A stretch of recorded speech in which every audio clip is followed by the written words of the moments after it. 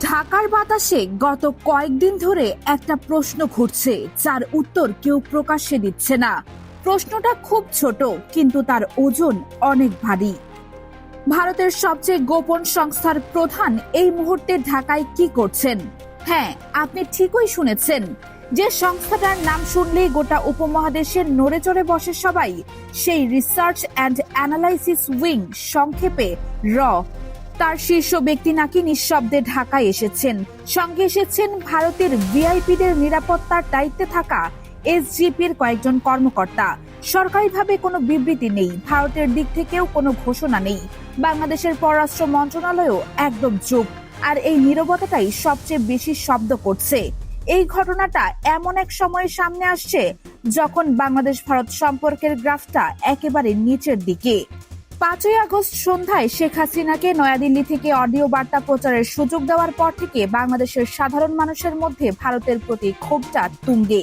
রাস্তাঘাটে, চায়ের দোকানে, সোশ্যাল মিডিয়ায় একটাই আলোচনা, ভারত কি বাংলাদেশের অভ্যন্তরীণ বিষয়ে আবার হস্তক্ষেপ করতে চাইছে? ঠিক সেই মুহূর্তে যদি শোনা যায় র এর প্রধান ঢাকায়, তাহলে মানুষের মনে প্রশ্ন জায়গাটাই তো স্বাভাবিক। কে তাকে ভিসা দিল? কে তাকে আমন্ত্রণ জানালো? আর কেনই বা এই সফরটাকে এত গোপন রাখা হচ্ছে? চলুন একটু পেছনে যাই। র জিনিসটা কি সেটা নতুন করে বলার দরকার নেই। মোসাদ, সিআইএ, MI6 এর মতো বিশ্বের প্রথম সারির গোয়েন্দা সংস্থাগুলোর সাথেই এর নাম উচ্চারিত হয়।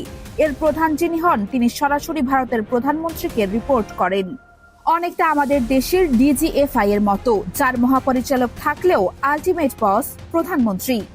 ভারতের বর্তমান র প্রধান হিসেবে যার নাম আলোচনায় আসছে, পরাগ জৈন। তিনি নাকি নরেন্দ্র মোদীর অত্যন্ত আস্থাভাজন এবং ঘনিষ্ঠ। বলা হয় পাকিস্তানের সাথে সাম্প্রতিক উত্তেজনার সময় তিনি খুব গুরুত্বপূর্ণ ভূমিকা পালন করেছিলেন। এমনকি ভারতের জাতীয় নিরাপত্তা উপদেষ্টা অজিত দোভালের উত্তরসূরি হিসেবেও তার নাম শোনা যায়। এমন একজন হাই প্রোফাইল ব্যক্তি হুট করে কোনো দেশে এমনি এমনি আসেন না। তার প্রতিটি সফরের পেছনে একটা গভীর রাষ্ট্রীয় উদ্দেশ্য থাকে। এখন প্রশ্ন হলো, এই সফরটা কিভাবে হলো? নিয়ম অনুযায়ী বাংলাদেশের ভিসা ছাড়া তিনি আসতে পারেন না। আর ভিসার জন্য একটা আমন্ত্রণ পত্র লাগে, একটা কারণ দেখাতে হয়।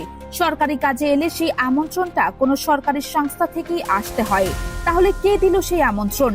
এখানেই গল্পটা আরো ঘোলাটে হয়ে যায়। বিভিন্ন মহল থেকে যে তথ্য ভেসে আসছে তা যদি সত্যি হয়, তাহলে এই আমন্ত্রণ এসেছে বাংলাদেশের সামরিক গোয়েন্দা সংস্থা DGFI এর পক্ষ থেকে। আরো চাঞ্চল্যকর যে তথ্যটা শোনা যাচ্ছে, তা হলো DGFI এর বর্তমান নেতৃত্বের সাথে র প্রধানের যোগাযোগটা নাকি অনেক পুরনো। কেউ কেউ বলছেন চিকিৎসার নামে স্ত্রী সহ দিল্লি সফরের আড়ালেই নাকি এই যোগাযোগটা আরো পাকা হয়েছে। অবশ্য এগুলো এখনো পর্যন্ত কোনো আনুষ্ঠানিক সূত্রে নিশ্চিত করা হয়নি, কিন্তু রাজনীতির অন্তর্মহলে এই আলোচনাই এখন সবচেয়ে বেশি হচ্ছে। এরপর আসে সবচেয়ে গুরুত্বপূর্ণ প্রশ্ন, কেন এসেছেন? সঙ্গে কেন এসপিজির কাজ কি? ভারতের প্রধানমন্ত্রী সহ সর্বোচ্চ ঝুঁকিতে থাকা ভিআইপিদের নিরাপত্তা দেওয়া। তাহলে কি ঢাকায় এমন কোন ভিআইপির নিরাপত্তা নিয়ে আলোচনা হচ্ছে যার জন্য এসজিপির অভিজ্ঞতা দরকার? আর এখানেই সব হিসেব মিলতে শুরু করে এক ভয়ঙ্কর সম্ভাবনার দিকে। ভারতের বিভিন্ন থিঙ্ক ট্যাঙ্ক এবং তাদের ঘনিষ্ঠ গণমাধ্যমে গত কিছুদিন ধরে একটা আলোচনা চলছে। সেই আলোচনার কেন্দ্রে আছেন শেখ হাসিনা। তাদের যুক্তি বা পরিকল্পনাটা অনেকটা এরকম, শেখ হাসিনা যেহেতু রাষ্ট্রীয় বিমানে সরকারি প্রটোকলে ভারতে গেছেন, তিনি প্রধানমন্ত্রী হিসেবেই সেখানে আশ্রয় চেয়েছেন বলে তারা মনে করেন। তাই তাকে এক্সট্রাডিশন ট্রিটির মাধ্যমে গ্রেপ্তার করে ফেরত পাঠানোর মতো বিষয়টা তারা ভাবছে না, বরং তাদের ভাবনা হলো শেখ হাসিনা নিজ ইচ্ছায় দেশে ফিরবেন।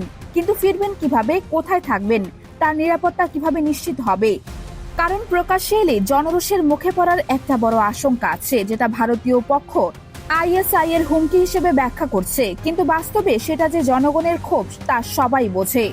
আর এই জায়গাতেই নাকি র প্রধানের ঢাকা সফরের উদ্দেশ্য লুকিয়ে আছে। সূত্রগুলো বলছে তিনি প্রস্তাব নিয়ে এসেছেন যে শেখ হাসিনাকে ফেরানোর পর তাকে ক্যান্টনমেন্টের ভেতরে রাখা হবে, কারণ সেটা সবচেয়ে নিরাপদ। সেখান থেকে সামরিক পাহারায় সামরিক গাড়িতে করে তাকে আদালতে আত্মসমর্পণের সুযোগ দেওয়া হবে।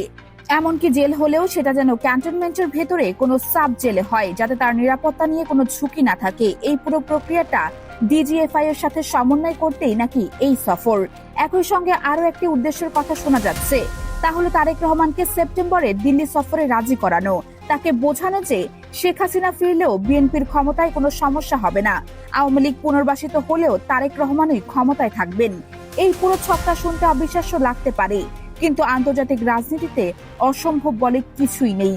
বিশেষ করে গোয়েন্দা সংস্থাগুলোর খেলা সবসময় পর্দার আড়ালেই হয়। আমরা সামনে যা দেখি তা হলো রাজনৈতিক বক্তৃতা, মিছিল, সমাবেশ, কিন্তু আসল খেলা চলে নীরবে, বন্ধ দরজার পেছনে। প্রধান চীন হয়ে ঢাকায় এসেছেন বলেও একটা তথ্য ঘুরছে। কেন চীন হয়ে? চীনকে কি ম্যানেজ করার চেষ্টা, নাকি চীনে আগে থেকেই কোনো বৈঠক সেরে তারপর ঢাকায় আসা? এই প্রশ্নগুলো আরো নতুন রহস্য তৈরি করছে। এখানে আমাদের একটু ভাবতে হবে। বাংলাদেশের মানুষ এই মুহূর্তে ভারতের অধিপত্যবাদের বিরুদ্ধে অত্যন্ত সোচ্চার। এই পরিস্থিতিতে যদি সত্যি এমন কোনো গোপন সমঝোতা হয়ে থাকে, তাহলে তার পরিণতি কি হবে? ইতিহাস বলে, জনগণের মতামতকে উপেক্ষা করে কোনো গোপন চুক্তি কখনোই দীর্ঘস্থায়ী হয়নি, বরং তা আরো বড় অস্থিরতা ডেকে এনেছে। আরেকটা বিষয় হলো, ডিজিএফআই এর মতো একটা সংস্থা যদি সত্যি এমন আমন্ত্রণ জানিয়ে থাকে, তাহলে সেটা কি সরকারের সর্বোচ্চ পর্যায়ের অনুমতি ছাড়া সম্ভব, নাকি সরকারের ভেতরেই সরকারের অজান্তে অন্য কোনো খেলা চলছে?